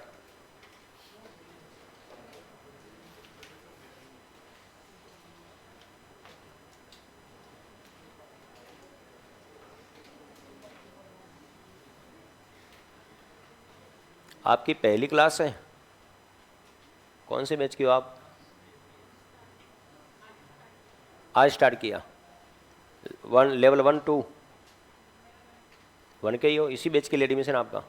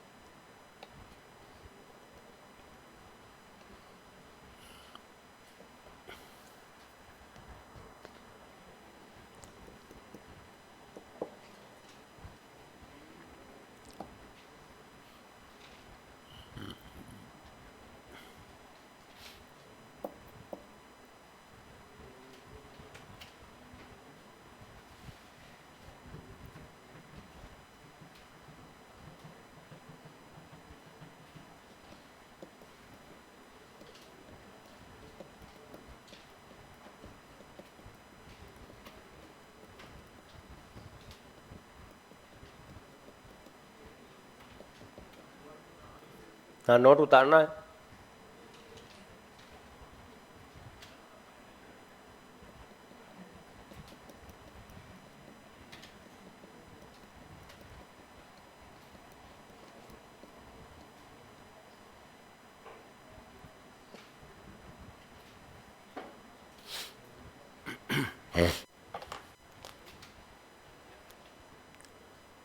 कृत्रिम अनुभव 2 नंबर पर है, कृत्रिम अनुभव। तो ये एडगर डेल का अनुभवजन्य शंकु और कॉल रोजर्स का ये सिद्धांत एक ही बात कहते हैं कि बालक जो कुछ भी सीखेगा भाई कहां से सीखता है, अनुभव के माध्यम से सीखता है, और वो भी सामने अनुभव हो।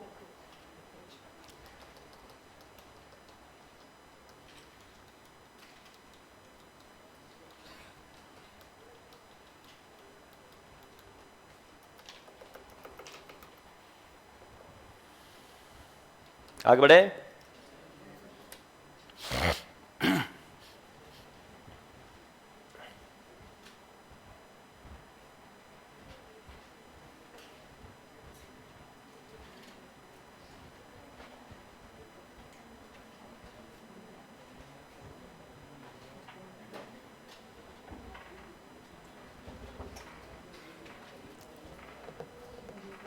कितने सिद्धांत हो गए?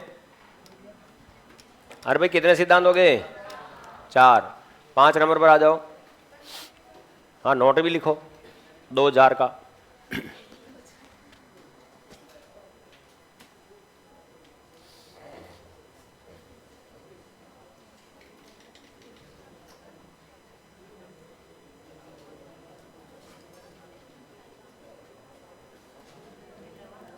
चलिए आगे बढ़े,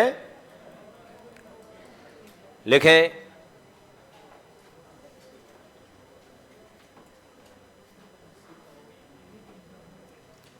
अधिगम का क्षेत्रवादी सिद्धांत, कोर्ट लेविन। अधिगम का क्षेत्रवादी सिद्धांत, कोर्ट लेविन।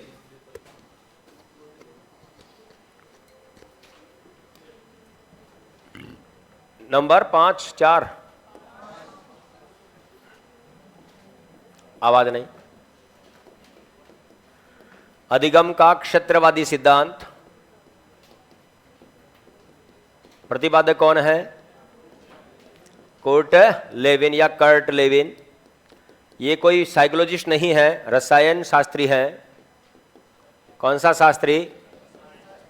रसायन शास्त्री है ये। याद रखना, इसकी एक पुस्तक है, फेमस पुस्तक है ये, the theory of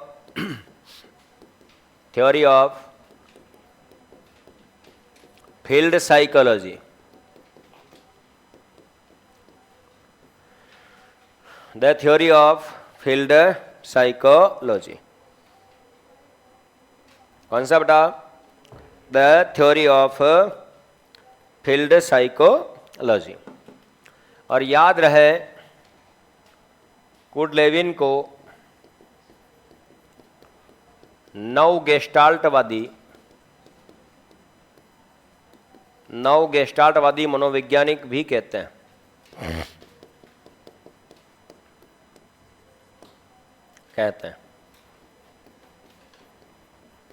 Kurt Lewin को नव गेस्टाल्टवादी मनोवैज्ञानिक भी कहते हैं।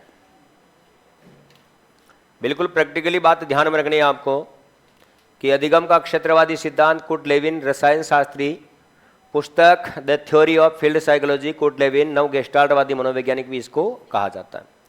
और अधिगम के इस सिद्धांत का जो पर्टिकुलर जो कथन है, वो कथन किसके लिए? याद रखना, इस सिद्धांत के उपनाम भी हैं अधिगम का तल रूप सिद्धांत। अधिगम का तल रूप सिद्धांत। कौन सा बेटा? अधिगम का तल रूप सिद्धांत। और अधिगम के इस तल रूप सिद्धांत को अधिगम का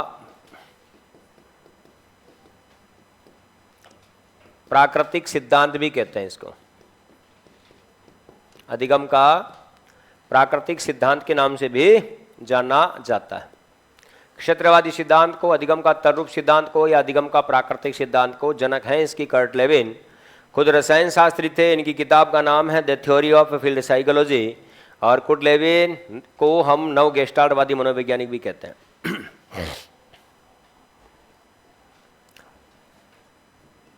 करेक्ट। तो ये जनरल बिहाव पर हम बात करते हैं।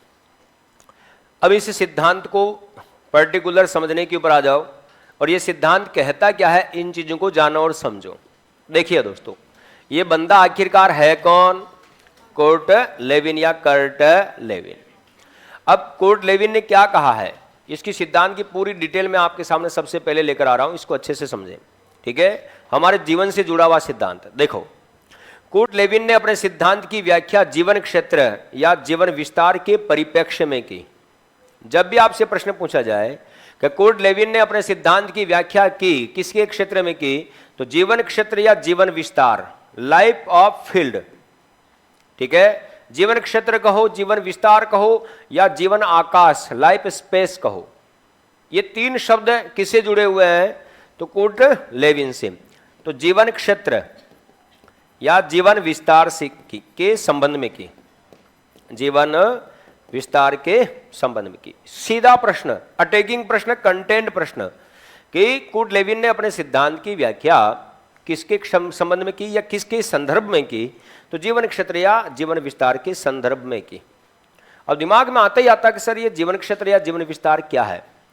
देखो, मैं आपको एक कहावत के माध्यम से, एक उदाहरण के माध्यम से या एक मुहावरे के माध्यम से हम बात करते हैं। हमने कहीं कहीं किताबों में पढ़ा है कि मियाँ की दौड़ मस्जिद तक,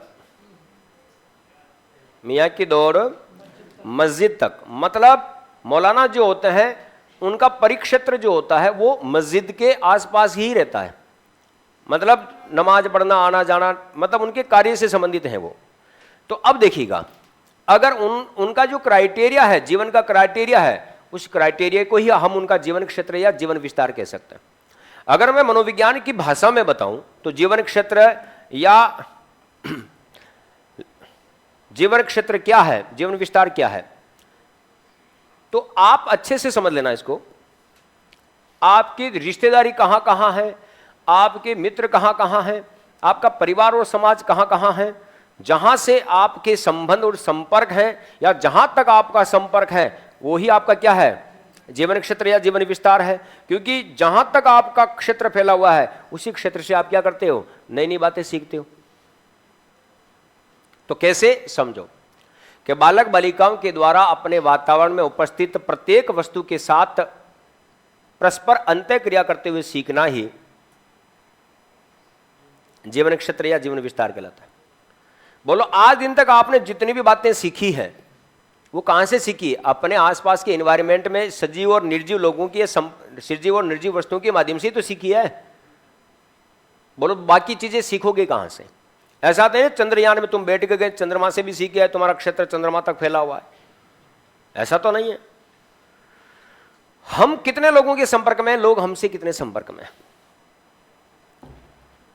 तो बिल्कुल प्रैक्टिकली बात है कि बालक बालिकाओं के द्वारा अपने आसपास के वातावरण में उपस्थित प्रत्येक वस्तु के साथ परस्पर अंतःक्रिया करते हुए सीखने की प्रक्रिया ही उनका जीवन क्षेत्र या जीवन विस्तार कहलाता है। मतलब वातावरण में चाहे सजीव हो चाहे निर्जीव हो, उन्हीं के माध्यम से आज दिन तक जितना आप सीखे हो उन्हीं से तो सीखे हो।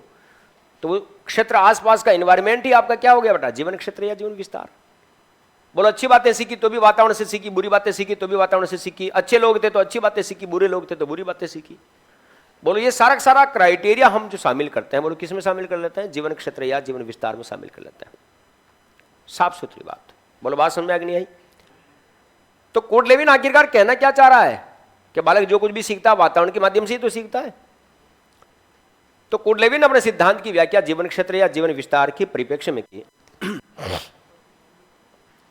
और लिखा कि और अपने सिद्धांत का प्रतिपादन करते समय बालक बालिकाओं को सिखाने के लिए वातावरण और अभिप्रेरणा पर सबसे ज्यादा बल भी दिया। मतलब बालक अपने वातावरण के अंतर्गत तो सीखता तो है, हर वस्तु के साथ अंतःक्रिया करेगा, लेकिन सीखने के लिए मोटिवेशन का भी होना जरूरी है। बोलो, एनवायरमेंट और मोटिवेशन दोनों चीजें आ गई। कुर्ट लेविन के अनुसार बालक बालिकाओं को किसी भी प्रकार की विषय वस्तु का शिक्षण करवाने के लिए उच्च अभिप्रेरणा और उच्च वातावरण का होना अति आवश्यक है। मतलब एनवायरमेंट भी होना चाहिए और मोटिवेशन भी होना चाहिए, और दोनों तत्वों में से एक भी तत्व गायब हुआ इसका मतलब सीखना संभव नहीं होगा। कुर्ट लेविन ने अपने सिद्धांत का प्रतिपादन करने के लिए सूत्र दिया, learning equal two factor 1 person environment. L का मतलब क्या हुआ? अधिगम, लर्निंग। एफ का मतलब होता है फील्ड, मतलब क्या होगा यहां से, अभिप्रेरणा। कार्य करने के लिए व्यक्ति अभिप्रेरित होता है, बोलो वातावरण से ही तो होता है, अभिप्रेरणा से होता है। तो ये ऐप का मतलब फील्ड, फील्ड से क्या होगी, मोटिवेशन प्राप्त होता है। ये मोटिवेशन किसको प्राप्त होगा, तो पर्सन, व्यक्ति को। और ये क्या है बेटा, एनवायरमेंट। बोलो अगर किसी व्यक्ति को किसी भी चीज को सीखना है तो एक तरफ क्या होना चाहिए, वातावरण, एक तरफ क्या होनी चाहिए, अभिप्रेरणा। तो ही तो चीजें सीखेगा, बाकी सीख ही नहीं पाएगा। बहुत सारी बार आप कुछ बच्चों के मुंह से ये सुनते हुए, तेरे जैसा घर परिवार अगर मुझे मिल जाता ना तो मैं न जाने क्या का क्या बन जाता। ठीक है, अगर तेरे जैसी सुविधाएं, तेरे जैसा माहौल मुझे मिलता पढ़ाई का, तो मैं बहुत अच्छा स्कोर हासिल कर सकता था। इसका मतलब मोटिवेशन है लेकिन इन्वायरमेंट नहीं है। कुछ बच्चों के मोटिवेशन नहीं होता, कुछ बच्चों के इन्वायरमेंट होता है लेकिन मोटिवेशन नहीं होता। परिवार में किसी प्रकार की कोई कमी नहीं है, खान पान, रुपया पैसा कौड़ी बिल्कुल शानदार तरीके से, लेकिन मोटिवेशन नहीं तो वो पढ़ते ही नहीं है। वो अपने शरीर का पालन पोषण करते हैं, बस शरीर को ऐसा बना लेते हैं 4x4, पता ही नहीं चलता है कि कहां पर कौन सा अंग लगा हुआ है ना। बहुत सारे आपने ढीले ढड़क बच्चे देखे होंगे, ठीक है, मोटिवेशन नहीं है, जिंदगी में क्या करना उनको पता नहीं है, वो केवल और केवल श्वास ले रहे हैं टाइम टू टाइम और कुछ भी नहीं करते हैं वो। तो बालक बालिकाओं किसी भी चीज को सीखने के लिए इन्वायरमेंट और मोटिवेशन का होना अति आवश्यक है। दोनों तत्वों में से एक भी तत्व गायब हुआ तो इसका मतलब सीखना संभव नहीं होगा। कोडलेविन के अनुसार वातावरण ही बाह्य वह शक्ति है जो बालक बालिकाओं को सीखने या कार्य करने के लिए क्या करती है बेटा, प्रेरित करती है। क्योंकि ये चीजें आएगी कहां से, इन्वायरमेंट से ही तो आएगी, आपके जीवन क्षेत्र या जीवन विस्तार से तो आएगी। फिर याद रखना, कोडलेविन ने अपने सिद्धांत का प्रतिपादन करते समय कुछ शब्दावली दी। मैंने जो बताया तो उस चीज को ध्यान रखना कि बालक जो कुछ भी सीखता है अपने आसपास के वातावरण में उपस्थित प्रत्येक वस्तु के साथ परस्पर अंतःक्रिया करके सीखता है। पाली नरेश, मैंने कुछ शब्द बोला, बताना आप। जब से कक्षा शुरू हुई है तब से तुम्हारा ध्यान नहीं है, आगे ऐसा नहीं चलेगा, स्वाहा। पक्का चलिए। तो कोडलेविन ने अपने सिद्धांत का प्रतिपादन करने के लिए कुछ शब्दावली दी, है ना। और वो शब्दावली में सबसे पहला शब्द था वेक्टर्स। क्या था बेटा, वेक्टर्स। वेक्टर्स का मतलब क्या होता है कि वह मानसिक शक्ति जो बालक बालिकाओं को कार्य करने के लिए प्रेरित करे। बोलो क्या है, वेक्टर्स। दिमाग में हम सोच लेते ना, हाँ मुझे ये काम करना है, बोलो वो आपका भाव ही क्या है आपके लिए, कि वह मानसिक शक्ति जो बालक बालिकाओं को कार्य करने के लिए प्रेरित करे। बोलो क्या कहलाता है बेटा, वेक्टर्स कहलाता है। तुम तीनों अगर बात सुनोगे नहीं तो ये बाल जुल्फे को जो तुम ऐसे संवार रहे हो ना, ये रहेगी नहीं।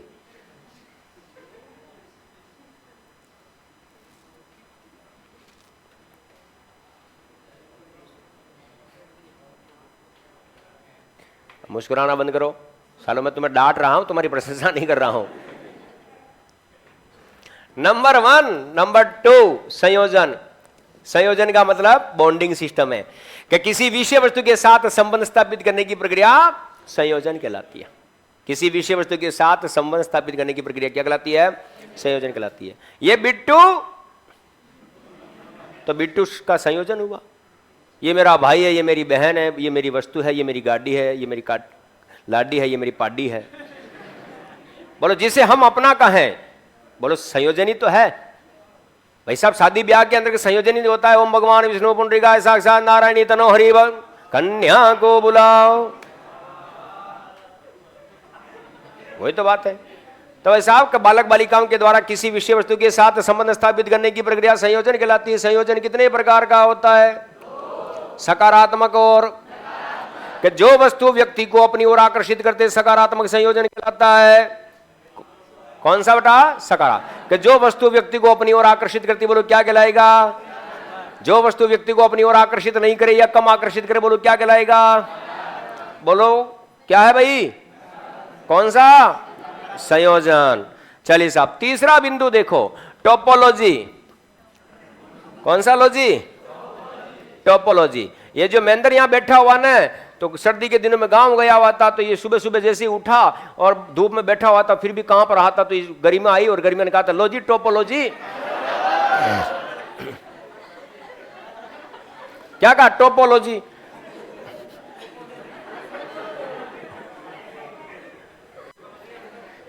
समझ रहे?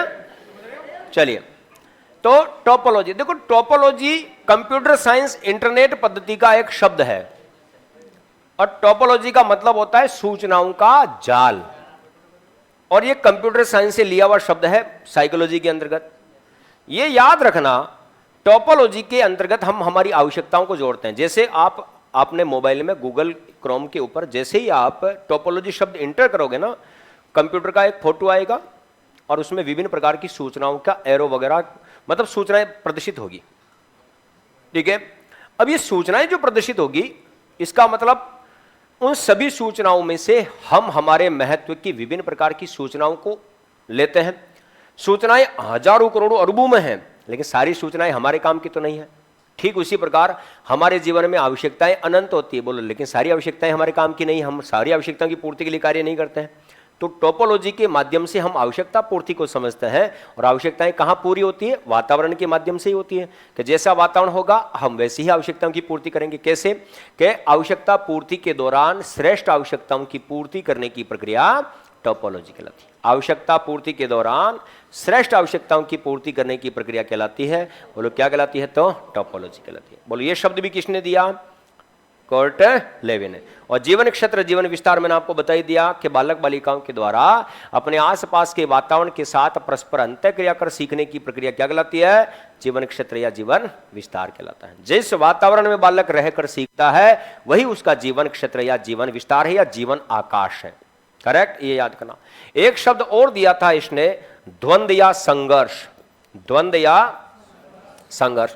अब यह द्वंद्व या संघर्ष, कॉन्फ्लिक्ट वाला जो मामला आ रहा है कि जब व्यक्ति के समक्ष एक ही समय में दो समान महत्व के प्रतिकूल अवसर उत्पन्न हो जाए। जब व्यक्ति के समक्ष एक ही समय में दो समान महत्व के प्रतिकूल अवसर उत्पन्न हो जाए तो उत्पन्न क्रिया क्या कहलाती है? द्वंद्व या संघर्ष कहलाती है। एक ही है ना, समान महत्व के दो प्रतिकूल अवसर उत्पन्न हो जाए तो बोलो उत्पन्न क्रिया द्वंद्व या संघर्ष कहलाती है। ठीक है, देखो एक दिन क्या हुआ कि बड़ी विचित्र बात बताता हूं कि यहां पर एक एम नाम का लड़का बैठा हुआ था जिसका नाम था महेंद्र। ठीक है, भगवान की कृपा देखो, और रिश्ते की बात चल रही थी, तो सुबह 9:15 बजे का टाइम था और घर पर दो मेहमान आए अपनी अपनी बच्चियों के साथ, बेटियों के साथ। अब दोनों मेहमान एक साथ आए, महेंद्र यहां पर बैठा हुआ, दोनों कन्याएं यहां पर बैठी हुई, महेंद्र बैठा है, महेंद्र इधर भी देखे, महेंद्र इधर भी देखे, ये भी सुंदर ये भी सुंदर। अब ये देखो, मेरी बात को समझना कि जब एक ही समय में दो समान महत्व के प्रतिकूल अवसर उत्पन्न हो जाए तो उत्पन्न क्रिया द्वंद्व या संघर्ष कहलाती है। यहां पर महेंद्र बैठा हुआ है, यहां पर दो अवसर हैं, दोनों एक जैसे हैं लेकिन दोनों अलग अलग हैं। अब ये कंफ्यूज हो गया कि बोलो मैं करूं तो क्या करूं, किसको हां कहूं और किसको ना कहूं। ठीक है, तुम दोनों की कल्पना कभी नहीं कर सकते, है ना। और ये अगर हालत रहे, पढ़े नहीं, नौकरी नहीं लगे ना, तो इसको तो ऑप्शन भी था कि दोनों में से एक को हां करना था, एक को ना करना था। तुम्हारी जिंदगी में तो कोई हां नहीं होगी। ठीक है, इसलिए तुम पढ़ो। बात समझ में आ गई? तो याद रखना, सीधा सीधा सा लॉजिक समझो कि जब व्यक्ति के सामने एक समय में दो चीजें आ जाए, दोनों काम की हो, लेकिन दोनों में से किसी एक को ही लेना दो, बोलो किसको छोड़ूं किसको लूं। बोलो सांप जा रहा है कि पकड़ूं तो खावे और छोड़ूं तो जावे। सांप जा रहा है भाई, अब कंडीशन क्या है कि सांप को रोकना भी है और खाना भी नहीं देना है, तो कि पकड़ूं तो खावे और छोड़ूं तो जावे। बोलो द्वंद्व होगा, न करूं तो क्या करूं। बोलो ये स्थिति किसमें आ गई? द्वंद्व या संघर्ष के अंतर्गत। द्वंद्व या संघर्ष जो है भाई साहब कितने प्रकार का होता है? 3।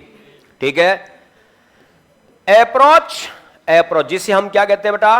उपागम, उपागम, उपागम, उपागम को पद्धति, पद्धति भी कहते हैं, और धनात्मक, धनात्मक भी कहते हैं। क्या कहते हैं बेटा? धनात्मक, धनात्मक भी कहते हैं। बिल्कुल सीधी सी बात।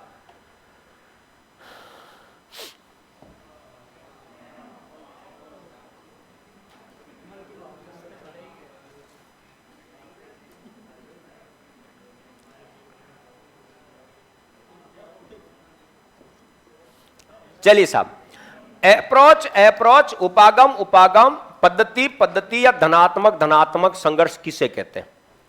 कि जब व्यक्ति के समक्ष एक ही समय में दो सकारात्मक उद्दीपक उत्पन्न हो जाए और दोनों में से किसी एक का चयन करना हो तो उत्पन्न क्रिया, ठीक है, याद रखना, बिल्कुल अच्छे से ध्यान रखना कि जब व्यक्ति के समक्ष एक ही समय में दो धनात्मक उद्दीपक उत्पन्न हो जाए, दो ऐसी वस्तुएं उत्पन्न हो जाए जो दोनों ही काम की है, लेकिन फिर भी दोनों में से किसी एक का चयन करना है, बोलो क्या है?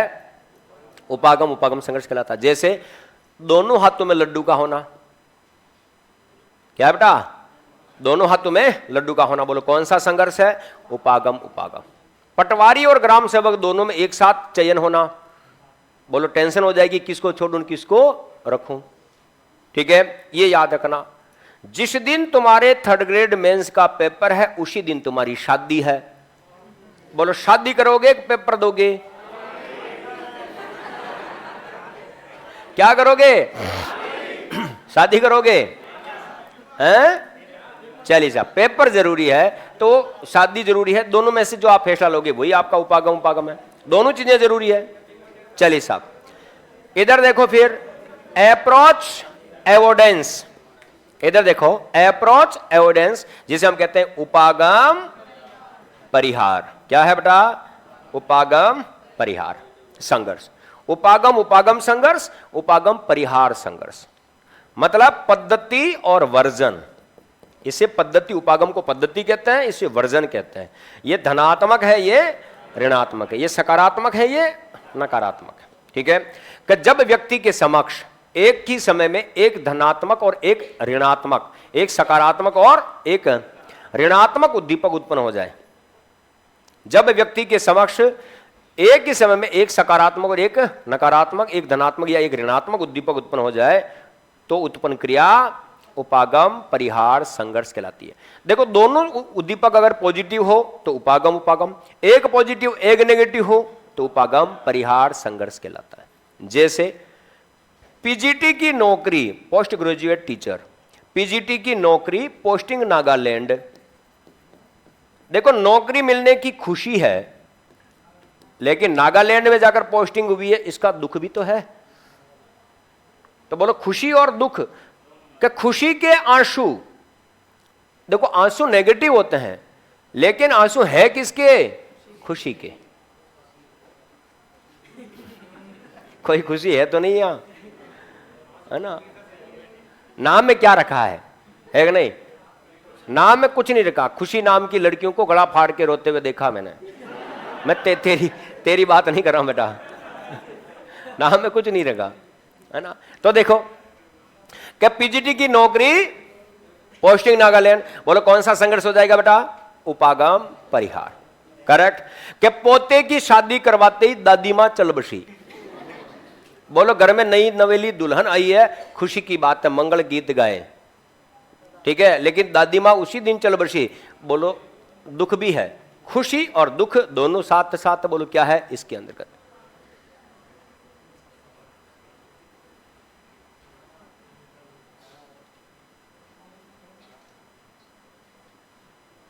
क्या नाम है आपका?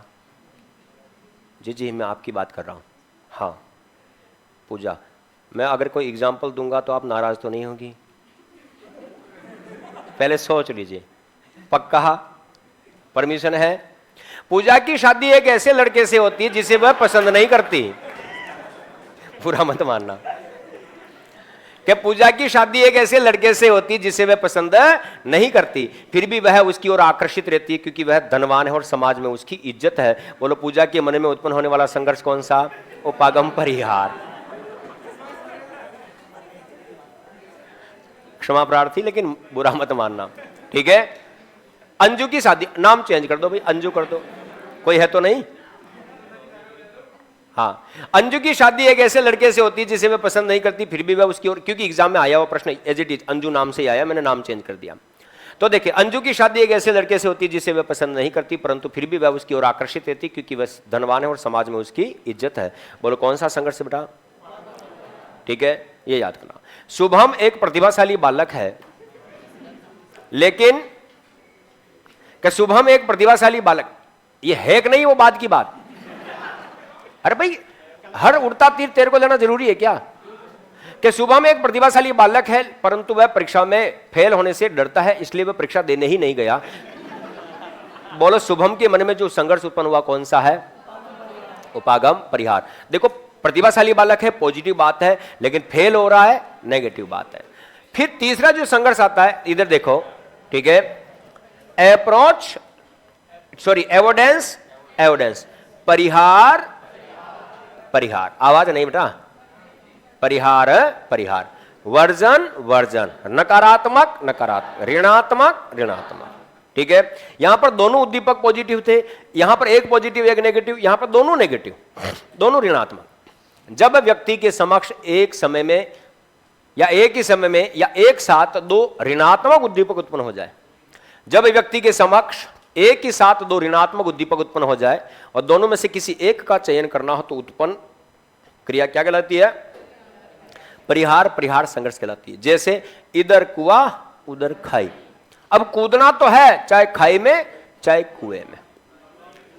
तो भाई साहब, ये संघर्ष क्या है बेटा आपका? परिहार, परिहार। अब ऐसा कुआं ढूंढो जिसमें पानी हो और ऐसी खाई ढूंढो जिसमें जो कम गहरी हो। तो ऐसी स्थितियां जो आ जाती, बोलो किसके अंतर्गत? परिहार, परिहार।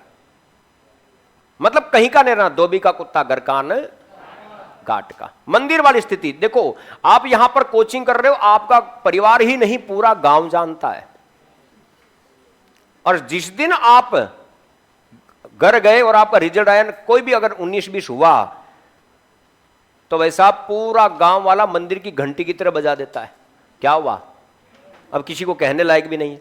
तो मन की स्थिति जो होती है वो मंदिर की घंटी आती है, न तो छत पे होती है न धरती पे होती है, जो भी आ जाता है यही चीज है। एक बालक के द्वारा गृह कार्य न करने पर विद्यालय और घर दोनों जगह पिटाई होना।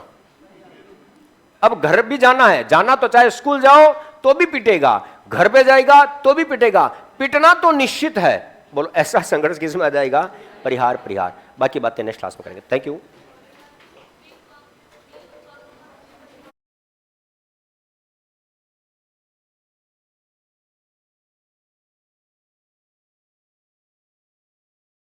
परिहार संघर्ष ये होता है जब व्यक्ति के सामने दो सकारात्मक और दो नकारात्मक उद्दीपक उत्पन्न हो जाए तो उसे द्विउपागम परिहार संघर्ष कहते हैं। जैसे पैसे देकर नौकरी लगना, शादी जो करनी है वो पैसे देकर शादी करना, वो इसके अंतर्गत आता है।